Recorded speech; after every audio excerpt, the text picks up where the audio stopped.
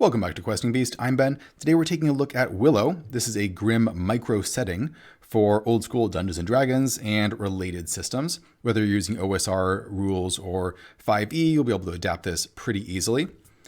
Here's our back page. Dismal Dan Supplies just has some stuff you can pick up at the local hardware store for your adventuring. And what this is, it's a small setting. So it is a little hexcrawl. And it has a town and it has a bunch of other interesting locations nearby. And you can do some hex crawling, you can explore, you can investigate all the different factions and unravel the many mysteries that are going on in this setting.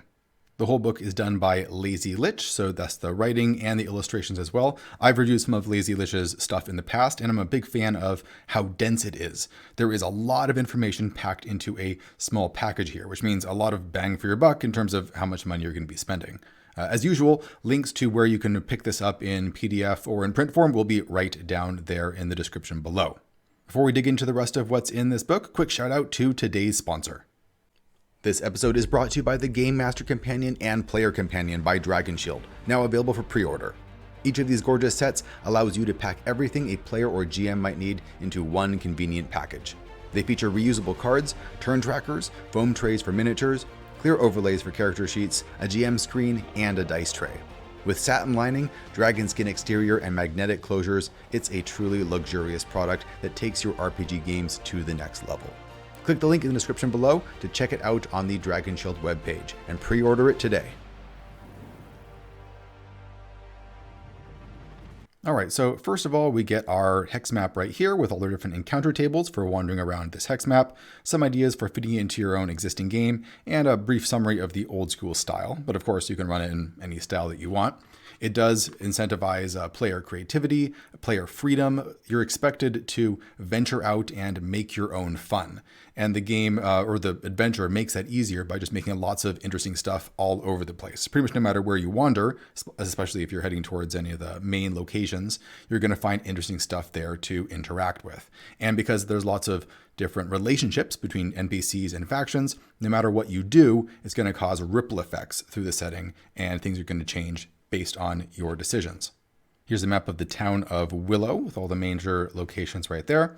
Brief summary of the town. It's currently ruled by a kind of witch who is doing these magic rituals to keep the town, keep the harvests turning out quite well.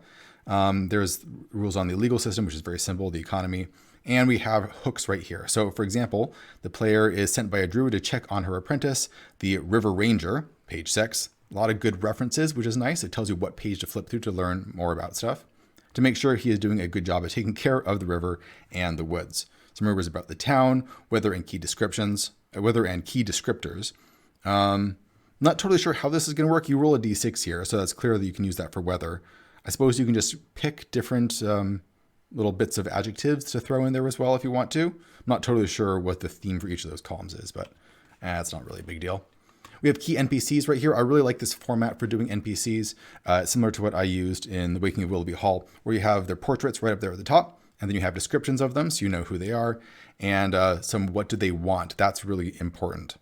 By having these clear motivations for each NPC, it makes it much easier to run them on the fly because you know what they're going to be after. So depending on what the players are doing, you know how they're going to react.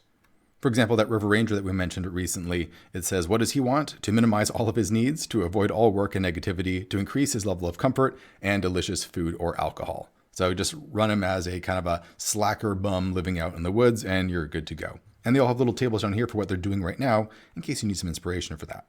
Of course, the town has a tavern, the Blue Brew, and it has lots of great descriptions for what's going on in there. So you have your overpriced food menu right here. We have all the different guests, the 6 main guests right here, along with nice, short, punchy descriptions of them that gets them stuck in your head and makes them easier to run. And the tavern keeper, Troubled Tina, along with some rumors right here. So you just wander into the tavern and you immediately have stuff that you can use to start adventuring. There's some short descriptions of some of the other major locations around the town. And then we have this really fantastic page. I haven't seen a lot of other adventurers do stuff like this, but it's really nice. It just tells you if the players do something, what will happen in the town. And of course you can improv this as well, but it's really nice to have something concrete here, especially if the players just do something strange and you're a little bit at a loss. So for example, if they share a lot of food and supplies with the town, then they'll be given the best room in the Blue Brew.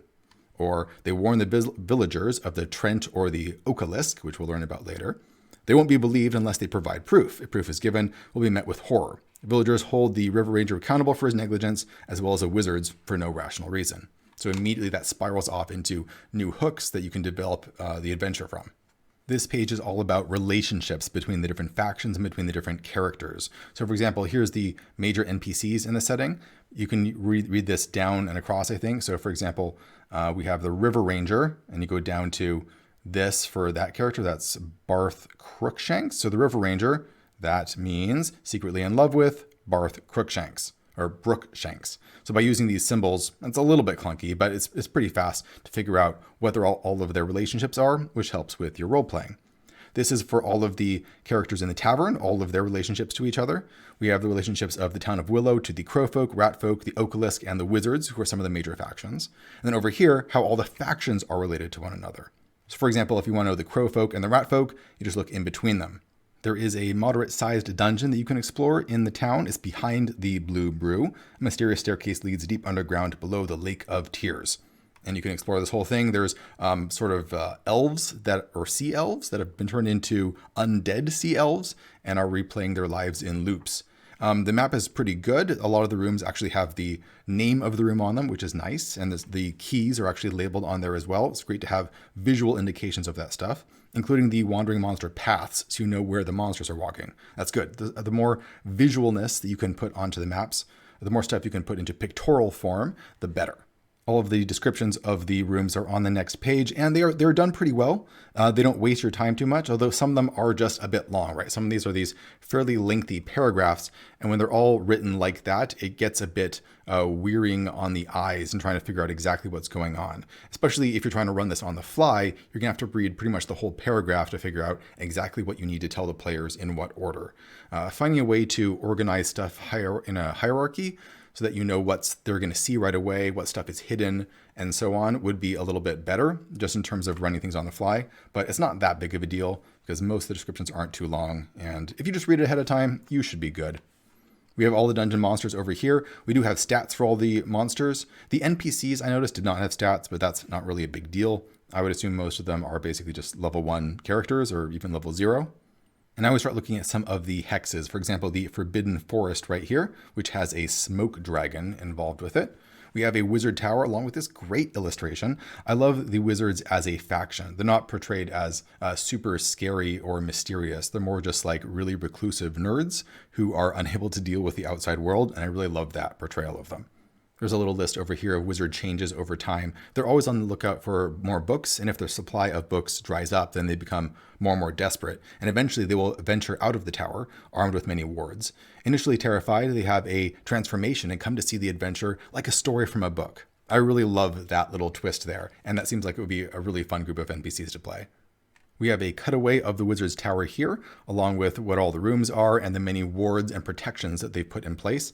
Directly assaulting the Wizard's Tower is probably a bad idea unless you are quite tough, because they've had a long time to really put up all of those magical defenses. We have evil plants in the corrupted wood. That's really fun. I really love a good group of magical plants, and describing the the flora as well as the fauna is always really great. Not a whole lot of books do that. In general, the forest is quite corrupted, mostly because you have, well, a little bit further on here, we have the necrotic treant and the okalisk, which is sort of a necrotic tree that's been possessing everything. In between that, though, we have the crowfolk and the ratfolk, two of the main factions. And as always, it gives you lots of very actionable information. So for example, if the players do something, then this will happen. For example, if the players ask for rations to help with the shortages in Willow, the crowfolk will help the residents of Willow by hunting, providing an additional 10 rations per day. This will be initially met with suspicion by the Willow residents, but eventually they will become grateful. Great, you can actually build connections between the factions there. We have rules for trading. If you want to trade with the crowfolk, they want to collect shiny things, as you would expect. We have the ratfolk here, which are always fun because I love the Skaven. And again, if the players do something, then there will be something that happens in reaction to it. There are 6 different packs here, which are like mini factions within the ratfolk, and each of them has a type of magic, a leader, a tactic style, a tunnel area, a pack size, and a style of clothing. And you can turn them against each other with a bit of clever play.